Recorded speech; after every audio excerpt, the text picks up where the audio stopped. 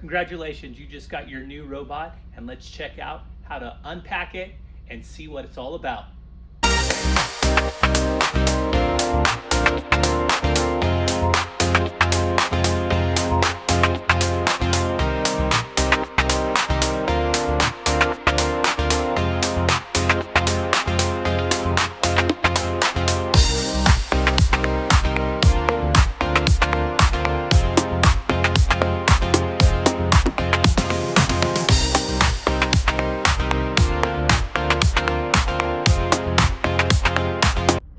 Okay, you'll take the door off.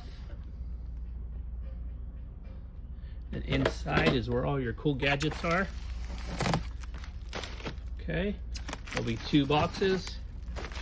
And I'm gonna unwrap them and show you what's inside.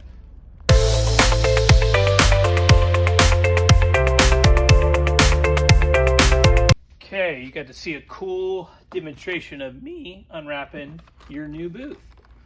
Okay. So what's in the black box, you say? In the black box. So in the black box is your remote. And we'll go over kind of how you drive it. So up and down are your side knobs here.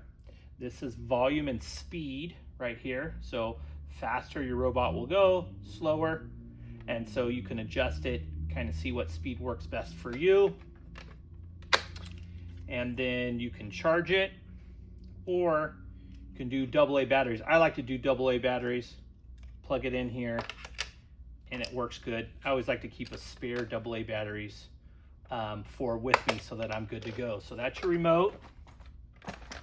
We also include your flash to go on top of your camera. Some people call it like a hot shoe, but if you're gonna go with a flash that goes on top of the head, you can use this. So we include that, which is super great. And then in your brown box, what's in the brown box? So we got a couple little tools here. Got a nice screwdriver. You got some Allen wrench set. A bracket here that can go on the top. You got your remote for this light that I'm going to show you. And then you have a remote to the LED lights that are in the face, in the head, down at the bottom, which is cool so you can control it.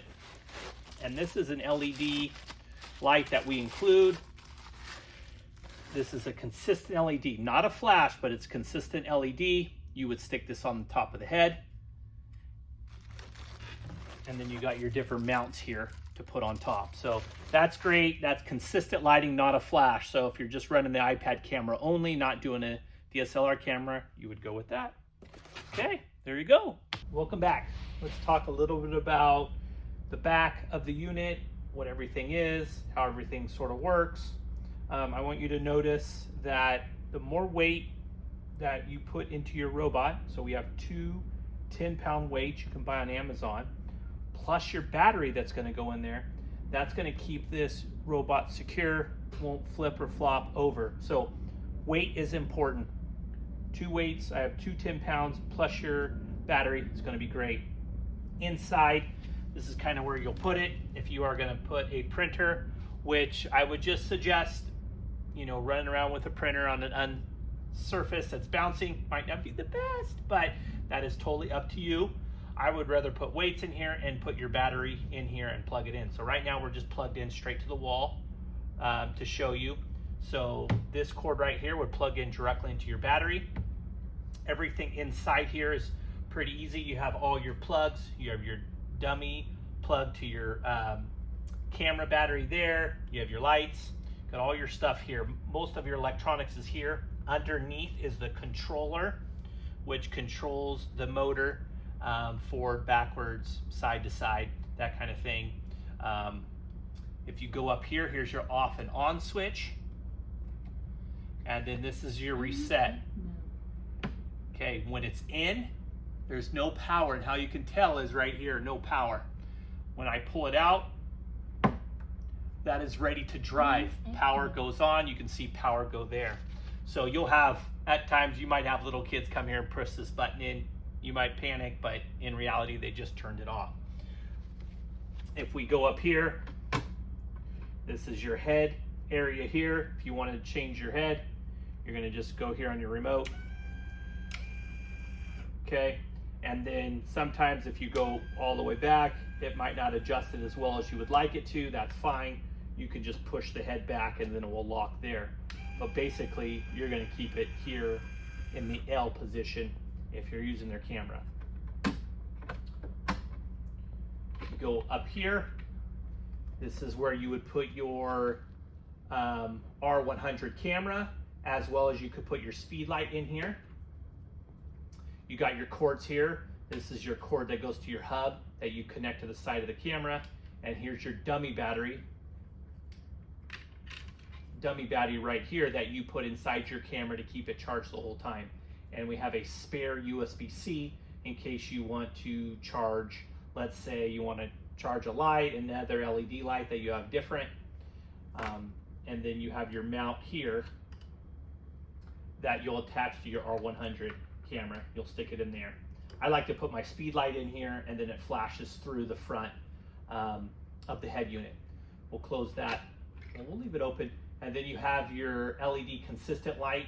It's on right now. We have your power to it and it's real simple. You can control everything there.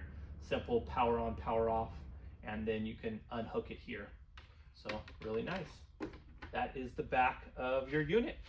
The front of your unit, we have our light on with our nice diffuser that it comes with. It's really nice. We're going to turn it off for the video. Okay, and then now we're going to look at the front of your unit here. So again, you have your remote.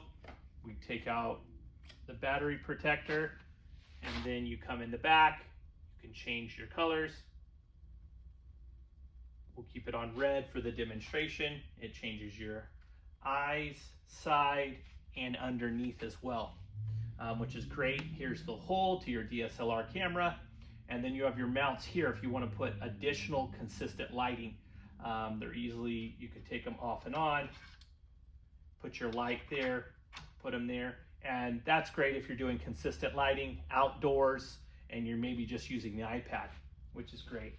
Let me set that stuff down. Okay, it's magnetic.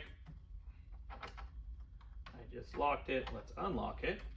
Okay, so if we open it up, here's your hub.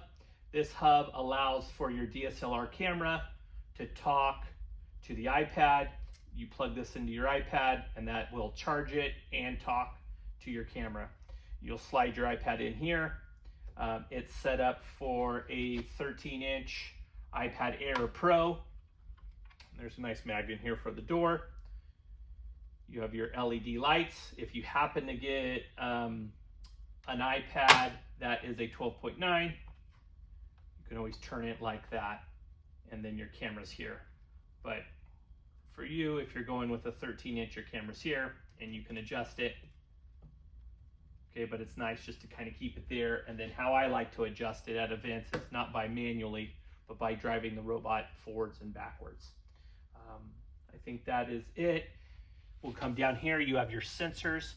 So it will only allow, it will stop if somebody is too close, so that it of course doesn't run it over, which is a great thing. You have your LED lights here for a nice shine at night, and you have your front of your body. So I think that gets you everything in the front.